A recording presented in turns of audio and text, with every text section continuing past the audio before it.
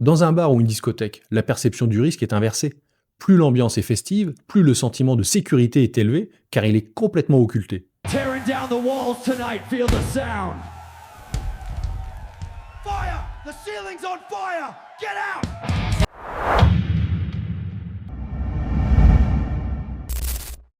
Cette vidéo traite d'incendies réels survenus dans des bars et des discothèques à travers le monde depuis plus de 80 ans. Elle évoque des événements graves ayant causé de nombreuses, voire de très nombreuses victimes. Mon propos n'est ni sensationnaliste ni accusatoire. Il s'appuie uniquement sur des faits établis et des mécanismes documentés. L'objectif de cette vidéo est donc essentiellement pédagogique. Elle vise à améliorer la compréhension des risques et à renforcer la prévention individuelle et collective dans ce type d'établissement. Aucune situation présentée ici n'est utilisée pour désigner des responsables ou porter un jugement moral. Il s'agit d'analyser pour comprendre et de comprendre pour éviter que ces drames ne se reproduisent. L'objectif principal est donc de sensibiliser le spectateur à la prévention et à l'application des règles de sécurité et de bon sens. Si certains passages peuvent heurter par leur gravité, ils sont nécessaires pour appréhender la réalité des phénomènes décrits.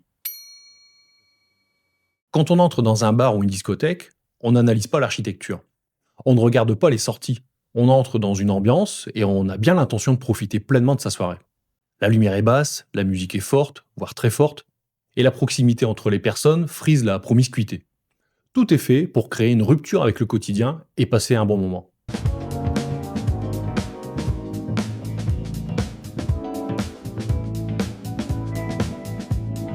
Ce type de lieu ne prépare pas à l'alerte, il prépare au relâchement. C'est précisément pour cela que les feux de discothèque ou de bar sont si violents et dramatiques. Parce qu'ils surgissent dans des espaces où le danger n'est pas cognitivement attendu. Depuis 1940, des incendies ont provoqué des milliers de morts dans le monde dans ces établissements. Et pourtant, à chaque fois, la surprise est totale. On parle souvent de drames exceptionnels. En réalité, ce sont des scénarios extraordinairement répétitifs. Même type de lieu, même type de public, même type de mécanisme. Ce qui change, ce n'est pas la logique du feu. Ce sont les contextes, les pays et les époques. Mais le fond reste identique. Un lieu conçu pour la fête, soudainement transformé en piège mortel. On pourrait croire que ces feux appartiennent au passé, qu'ils sont liés à une époque sans normes, sans contrôle, sans retour, sans expérience. Et la réalité nous rattrape. C'est malheureusement faux. Et c'est précisément ce qui les rend si dérangeants. Et l'actualité nous en parle encore. Voilà, ça brûle. Voilà, il brûle. Voilà,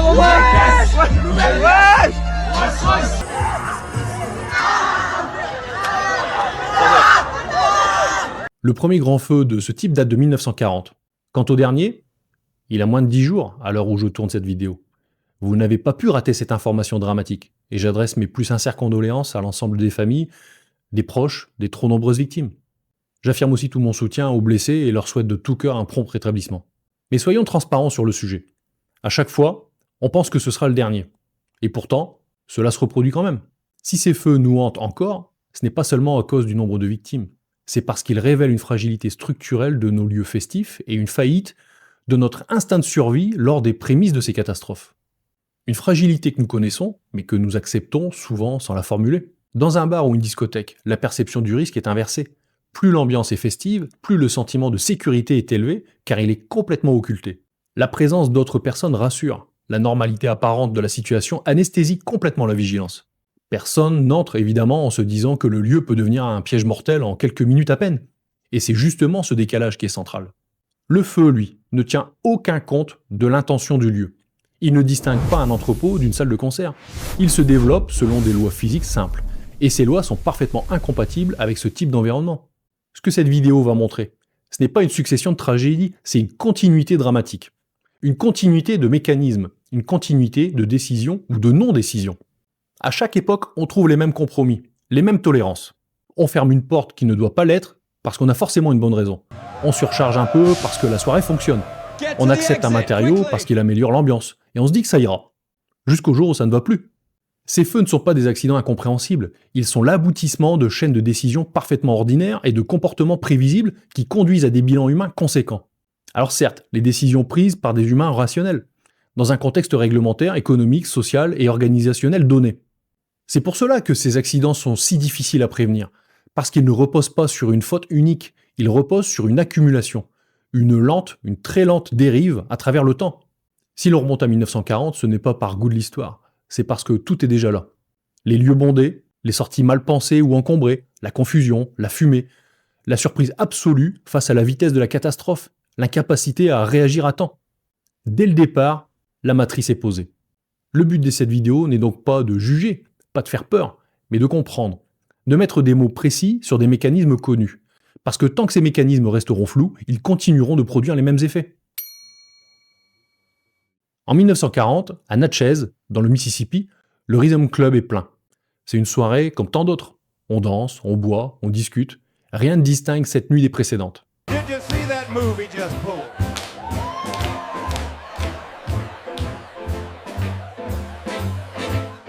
Le feu démarre discrètement, probablement un problème électrique ou un système de chauffage défectueux. Au début, personne ne comprend. La musique couvre les bruits inhabituels, et c'est une constante dans ce type de catastrophe. La fumée apparaît lentement, et vous vous en doutez, elle est d'abord perçue comme un incident mineur. Puis elle s'épaissit, elle descend rapidement dans la salle, les issues sont peu nombreuses, certaines sont mal identifiées, d'autres difficiles d'accès. La foule se dirige instinctivement vers les sorties connues, c'est humain, et très vite, ces sorties se saturent. En quelques minutes, la situation devient incontrôlable. Plus de 200 personnes meurent. Ce feu est considéré comme exceptionnel, comme un drame isolé. Et en réalité, à l'époque, il révèle déjà tous les mécanismes futurs. Ils sont simplement encore mal compris. 2 ans plus tard, en 1942 à Boston, le Coconut Grove pousse cette logique à son extrême. C'est un établissement très très populaire, fréquenté par une clientèle dense et variée.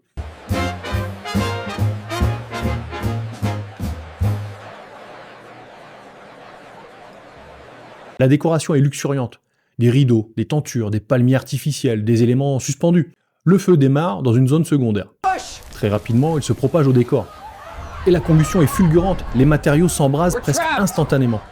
La fumée se diffuse dans l'ensemble du bâtiment, plus vite que les flammes. Les clients ne comprennent pas immédiatement ce qui se passe. Certains pensent même à un incident technique. Des portes sont verrouillées, et d'autres même s'ouvrent dans le mauvais sens. En tout cas, certainement pas le sens de l'évacuation, le sens naturel en fait du flux de population. Les sorties deviennent des pièges. La foule s'y accumule. Et en quelques minutes, près de 500 personnes meurent. Un chiffre encore inégalé dans ce type de lieu. Et fort heureusement. Ce feu marque profondément les esprits. Mais surtout, il marque un tournant. Pour la première fois, on comprend que le problème ne vient pas d'un élément isolé, mais de la combinaison de plusieurs facteurs. La densité humaine, les matériaux combustibles, les issues inadaptées et l'absence totale de préparation du public. Ce n'est pas la fatalité qui tue, c'est l'organisation du lieu et l'état d'esprit du moment.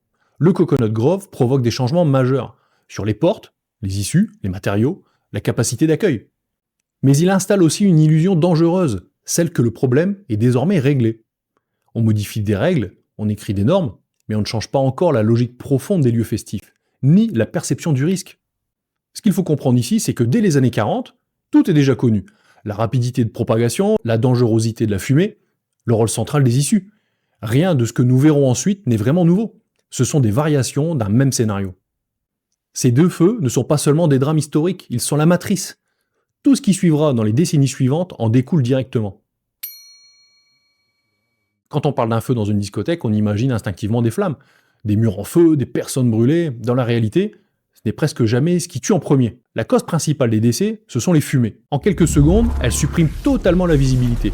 On ne voit plus les sorties, on ne voit plus les obstacles, on ne voit plus les autres, parce que la fumée est opaque, mobile, inflammable et chaude, très chaude. Et surtout, elle est toxique.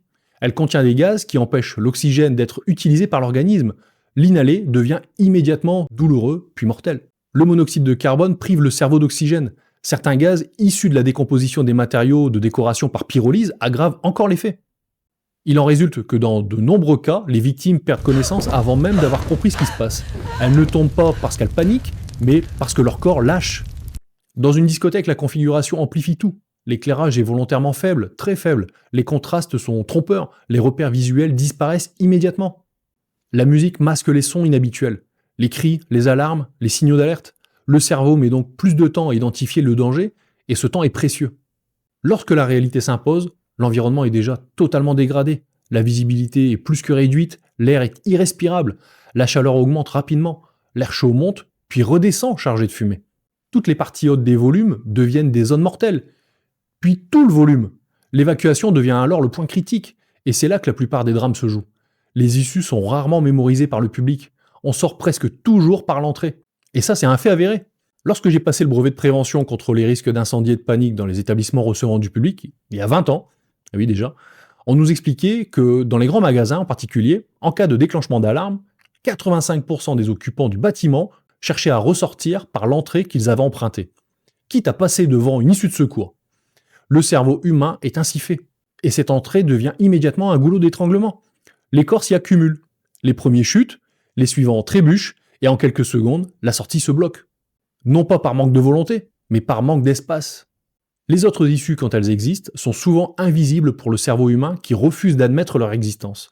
Ou alors, elles sont inaccessibles dans la fumée, malgré le balisage de sécurité, parce que celui-ci est pris dans l'opacité des fumées. Dans ces conditions, le feu n'a même plus besoin de se propager. L'environnement est déjà invivable. Et le temps joue contre les occupants. Chaque seconde réduit les chances de survie. C'est pour cela que ces feux font autant de victimes en si peu de temps. La cinétique est extrêmement rapide. On ne parle pas ici d'une évacuation sur 10 minutes. On parle parfois plutôt de quelques dizaines de secondes décisives. Donc ce qu'il faut retenir ici est fondamental. Le feu tue rarement par surprise. Il tue par accumulation. Accumulation de fumée, de chaleur, de désorientation, de congestion humaine et de sidération. Ce point est très important d'ailleurs. Toute cette accumulation est parfaitement incompatible avec les lieux festifs. C'est ce qui les rend si dangereux. Dans ces feux, le facteur humain est déterminant. Et pourtant, il est souvent mal compris, voire mal jugé.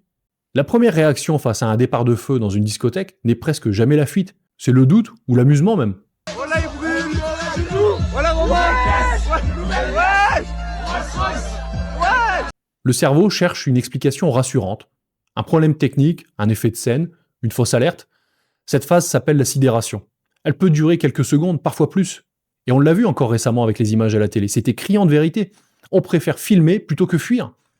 Pendant ce temps, personne ne bouge vraiment. Et le feu, lui, mais il avance, forcément. Il se nourrit.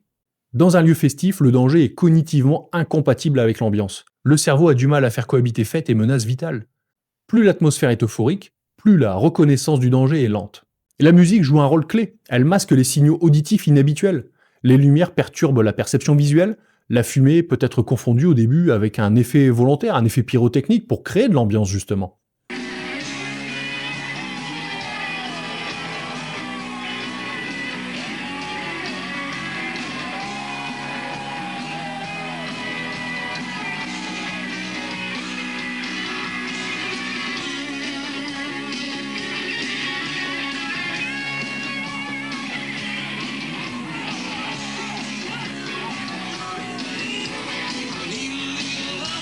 Certaines personnes continuent à danser, et d'autres observent sans agir, ou elles filment. Ce n'est pas de l'inconscience, c'est un délai normal de compréhension. Et bien évidemment, l'alcool accentue fortement ce phénomène. Il altère la vigilance et ralentit les capacités de décision.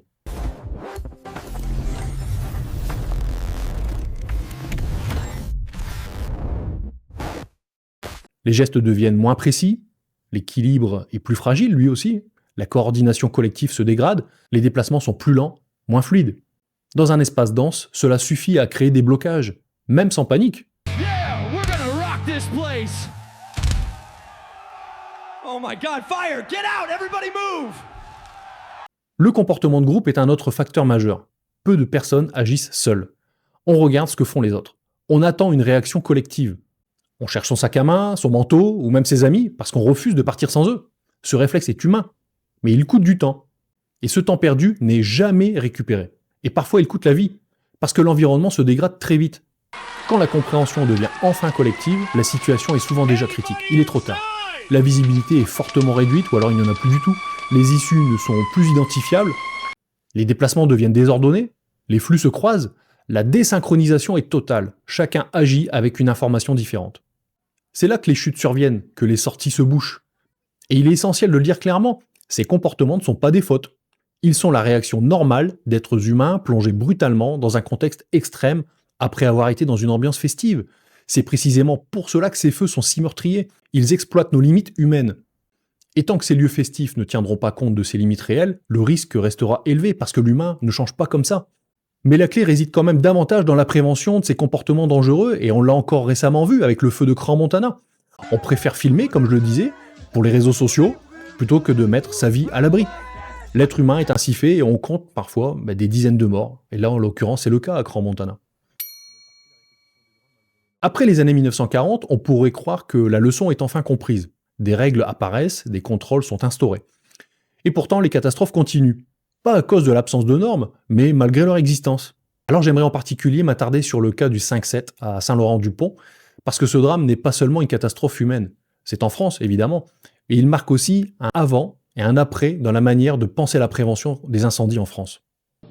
Tragédie dans l'Isère aux premières heures de cette journée de la Toussaint, plus de 140 morts dans un incendie. Ils étaient allés danser, c'était des jeunes en grande majorité. Ils étaient allés au 5-7, un club, une boîte au décor psychédélique, situé à 14 km de Voiron, près du village de Saint-Laurent-du-Pont. Nous sommes dans la nuit du 1er novembre 1970, dans le dancing le 5-7. Le lieu est plein, l'ambiance est festive, la soirée se déroule normalement.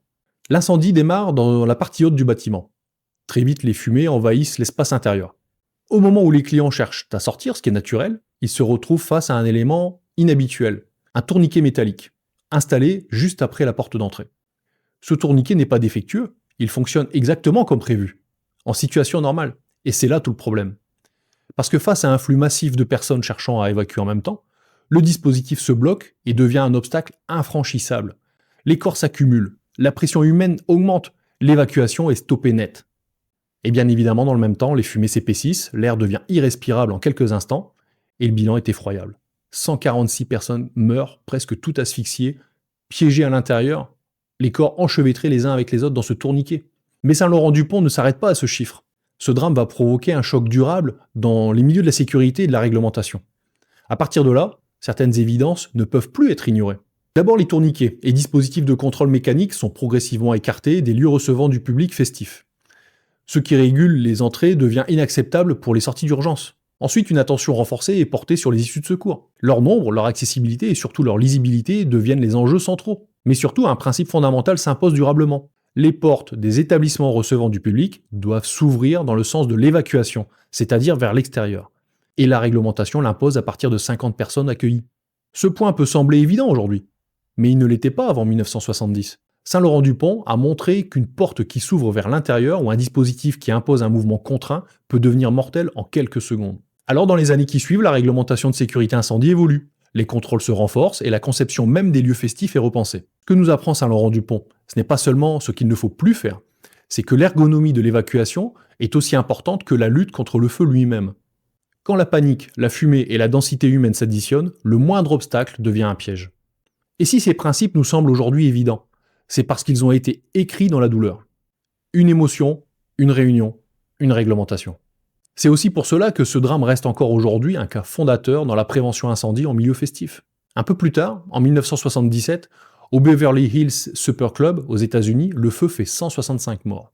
I told you we should have turned left back there. No, this way looks faster. Just follow the crowd. Wait, where is this exit anyway? Le bâtiment est complexe, compartimenté et largement suroccupé. L'évacuation est lente, les cheminements sont confus, le feu se développe dans un contexte que les règles n'ont pas anticipé, ou plutôt qu'elles n'ont pas réussi à contraindre. Autre cas en 1981 à Dublin, le Stardust prend feu, 48 morts, plus de 200 blessés.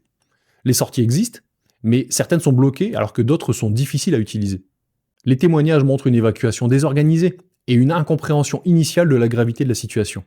Ici encore, le feu n'est pas imprévisible, il est simplement plus rapide que la réaction collective.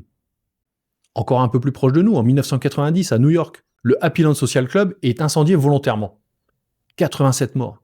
Authorities confirmed the blaze was the result of someone deliberately lighting an accelerant at the front entrance. Witnesses say a man had gotten into an argument with the doorkeeper 20 minutes before the fire broke out and threatened to return and do damage. Even though an engine company a couple of blocks away got to the scene in minutes, the fire spread rapidly from the accelerant the arsonist used.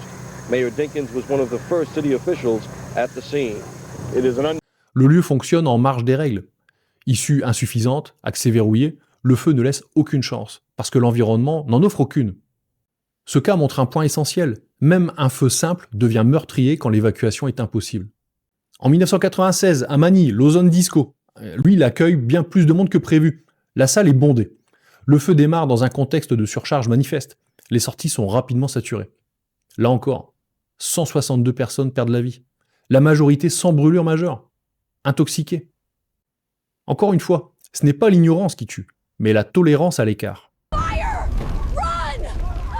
Get out of the way! Help me! We have to escape now! On revient en Europe, à Göteborg, en 1998. Une soirée privée tourne au drame. Là, 63 morts et des centaines de blessés. Le feu est volontaire, mais le bilan est aggravé par la configuration des lieux et la densité humaine. Ce cas rappelle une chose fondamentale. La cause du feu importe moins que les conditions dans lesquelles il se développe. Ce qui frappe, dans tous ces événements, c'est leur ressemblance. Des normes existent, mais elles sont contournées, assouplies, oubliées ou insuffisantes. Des contrôles ont lieu, mais ils deviennent routiniers. Le danger s'installe progressivement, sans jamais déclencher d'alerte majeure. Les catastrophes ne naissent pas le jour de l'incendie. Elles se construisent lentement, par de petites décisions, par des compromis acceptables individuellement, mais mortels collectivement. Au début des années 2000, on pourrait penser que le risque est désormais maîtrisé. Les retours d'expérience sont nombreux, les fameux rétex. Les drames passés sont connus. Et pourtant, une nouvelle séquence de catastrophes majeures va démontrer l'inverse. Non pas par ignorance, mais par excès de confiance. En 2003 aux États-Unis, un concert a lieu dans la discothèque The Station. La salle est relativement petite et très fréquentée. Un dispositif pyrotechnique est déclenché sur scène.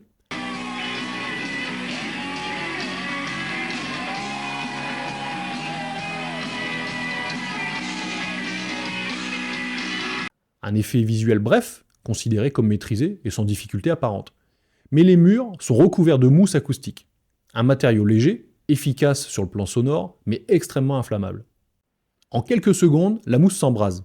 Les flammes courent sur les parois. La fumée envahit immédiatement la salle.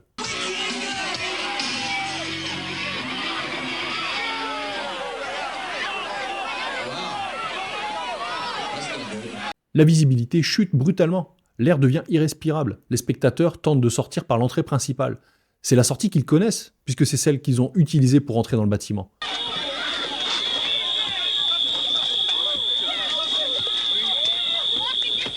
En moins de 2 minutes, l'évacuation est complètement bloquée, parce que c'est un escalier qui aboutit sur l'extérieur, qui se dirige à gauche puis à droite, avec une rambarde frontale. Et tout le monde s'écrase dessus.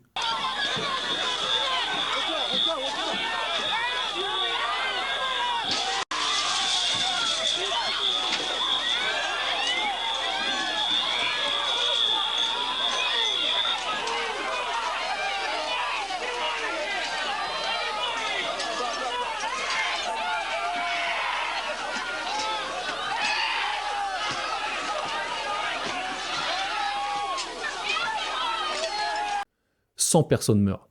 La plupart sont retrouvées près de la sortie, ou dans la sortie carrément. Pas loin du salut, mais trop tard. Un an plus tard, en 2004, à Buenos Aires, le scénario se répète à une autre échelle. La discothèque República Cramanon est pleine, archi pleine. Comme souvent, la soirée est festive, l'ambiance est électrique. Un engin pyrotechnique, encore une fois, est utilisé à l'intérieur. Il atteint le plafond. Ça vous parle? On n'a pas déjà dit ça?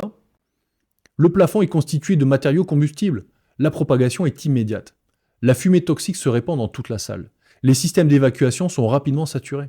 Certaines issues sont fermées, d'autres sont inutilisables. Le bilan est terrible, 194 morts, plus d'1 millier de blessés. Là encore, la majorité des victimes ne sont pas brûlées, elles meurent intoxiquées.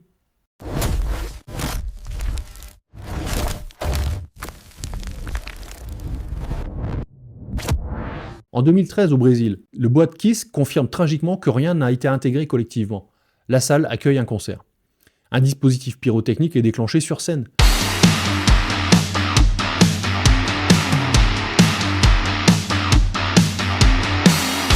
La mousse acoustique du plafond s'enflamme.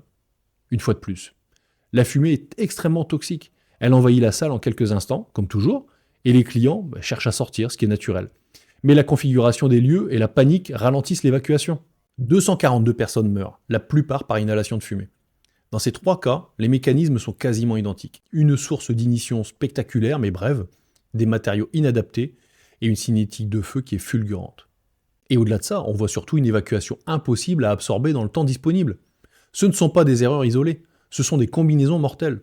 Ce que ces feux montrent avec une brutalité absolue, c'est que la modernité n'a pas supprimé le risque. Elle l'a parfois amplifié, en ajoutant des matériaux performants sur un plan, mais catastrophiques sur un autre. Et tant que ces arbitrages resteront invisibles pour le public, le danger restera sous-estimé, ça paraît évident. Aujourd'hui, faut-il encore vraiment utiliser des feux de Bengale accrochés à des bouteilles de vin juste pour dire que quelqu'un en a acheté une? C'est absurde, surtout quand on voit le résultat. Je voudrais maintenant faire un focus sur 2 événements plus récents. 2 drames survenus dans des bars, en France et en Suisse, qui rappellent brutalement que ces mécanismes ne relèvent pas du passé. Petit disclaimer, ces 2 cas ici ne sont traités que sur la base des éléments factuels connus, et sans aucune conclusion définitive, car les enquêtes judiciaires et administratives sont centrales dans les 2 situations. Dans la nuit du 5 au 6 août 2016, un incendie se déclare dans le bar Cuba Libre à Rouen. Le drame survient lors d'une fête d'anniversaire organisée dans une cave aménagée en sous-sol. Le départ de feu est lié à des bougies décoratives, utilisées dans un cadre festif, qui vont enflammer des éléments proches de l'escalier d'accès. Très rapidement, la fumée envahit l'espace. La configuration du lieu, étroit, enclavé, sans dégagement efficace, rend l'évacuation extrêmement difficile. 14 jeunes adultes perdront la vie. Non pas brûlés, mais asphyxiés par les fumées dans un délai très court. Il est important de rappeler un point essentiel. Dans le cas du Cuba Libre ici, une enquête judiciaire approfondie a été menée. Elle a porté sur la conformité du lieu, sur les autorisations d'exploitation, sur les conditions d'aménagement du sous-sol et sur le respect des règles de sécurité incendie. Les responsabilités ont été examinées dans un cadre judiciaire et non à travers des jugements a posteriori ou médiatiques. Alors ce que nous retenons ici, ce ne sont pas des fautes individuelles, mais une combinaison de facteurs connus déjà observés ailleurs. C'est tout le prisme de mon analyse. Et plus récemment, malheureusement, dans la nuit du 1er janvier 2026, un incendie frappe le bar Le Constellation, dans la station suisse de Crans-Montana, lors des célébrations du Nouvel An. Le lieu est très fréquenté, vous l'avez vu aux informations. L'ambiance est festive, dense, euphorique, typique pour un passage à la nouvelle année. Selon les premiers éléments rendus publics, le feu aurait débuté à la suite de dispositifs de type feu de Bengale utilisés à proximité immédiate du plafond et d'éléments d'isolation ou de décoration. Voilà, ça brûle. Voilà, il brûle.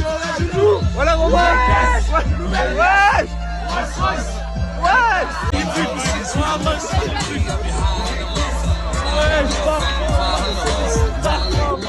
La propagation est extrêmement rapide. Là encore, les vidéos nous l'ont attesté. La fumée envahit le volume en quelques instants. Le bilan humain est lourd, très lourd, plus de 40 morts à l'heure où je vous parle.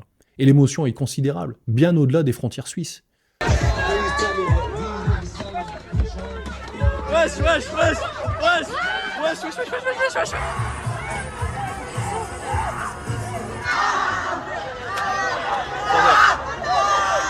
Là encore, un point doit être clairement posé.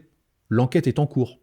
Les causes exactes, les responsabilités éventuelles, la conformité du lieu, la fréquence et la nature des contrôles font l'objet d'analyses approfondies par les autorités suisses. Donc j'insiste, à ce stade, aucune conclusion définitive ne peut ni ne doit être tirée.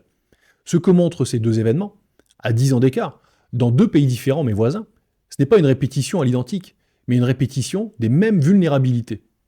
C'est-à-dire un cadre festif, une source d'ignition perçue comme anodine, des matériaux ou des volumes qui réagissent très vite au feu, et surtout un temps disponible extrêmement court.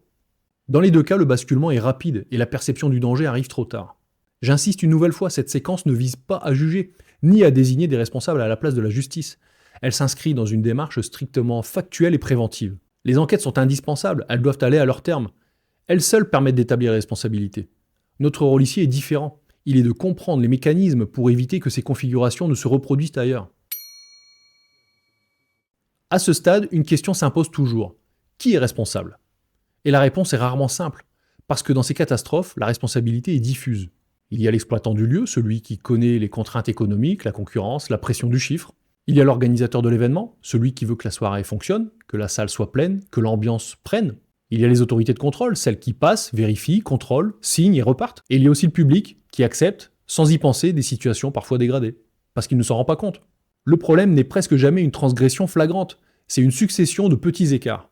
Une porte temporairement fermée, une capacité d'accueil du public légèrement dépassée, pourquoi pas, un matériau toléré parce qu'il est déjà en place, ou alors un contrôle reporté, allégé ou routinisé. Pris isolément, ces choix semblent rationnels. Par contre, pris ensemble, ils deviennent mortels, on l'a vu. Les contrôles eux-mêmes finissent par perdre leur efficacité, parce qu'ils deviennent prévisibles. On sait quand ils ont lieu, on sait quoi montrer. La conformité devient administrative, elle ne reflète plus la réalité vécue lors des soirées. Ce décalage est central. Le lieu est conforme sur le papier, mais dangereux en situation réelle. Parce qu'on ne maîtrise pas le facteur humain. Dans beaucoup de cas, personne n'a le sentiment de faire quelque chose de mal. Chacun agit dans son périmètre, tout simplement. Et c'est précisément là que se situe l'angle mort. Entre les responsabilités individuelles, il n'y a plus de responsabilité globale. Finalement, quel que soit le pays, personne n'est en charge du risque réel, seulement du risque réglementaire. Ces catastrophes révèlent une faiblesse organisationnelle profonde. La sécurité est perçue comme une contrainte, pas comme une condition de fonctionnement. Elle est parfois négociée ou aménagée, rarement incarnée ou rarement interrogée. Ce qu'il faut comprendre ici, c'est que ces feux ne sont pas le fruit d'une négligence grossière. Ils sont le produit d'organisations qui fonctionnent normalement jusqu'au jour où l'événement extrême révèle leurs limites. Ces feux ne parlent pas seulement de bâtiments, ils parlent de nous, en tant qu'humains. Ils parlent de notre rapport collectif au risque et de la manière dont nous le tolérons tant qu'il reste invisible. Dans les lieux festifs, le danger est perçu comme incompatible avec l'expérience recherchée. La fête suppose l'insouciance. La règle est vécue comme une contrainte, pas comme une protection. On accepte plus facilement un inconfort visible qu'un risque invisible. Une sortie encombrée gêne. Une sortie absente ne se voit pas. Une salle bondée donne une impression de succès, pas de danger. Le risque devient abstrait, donc acceptable. Ces catastrophes montrent aussi notre mémoire courte. Chaque drame choque.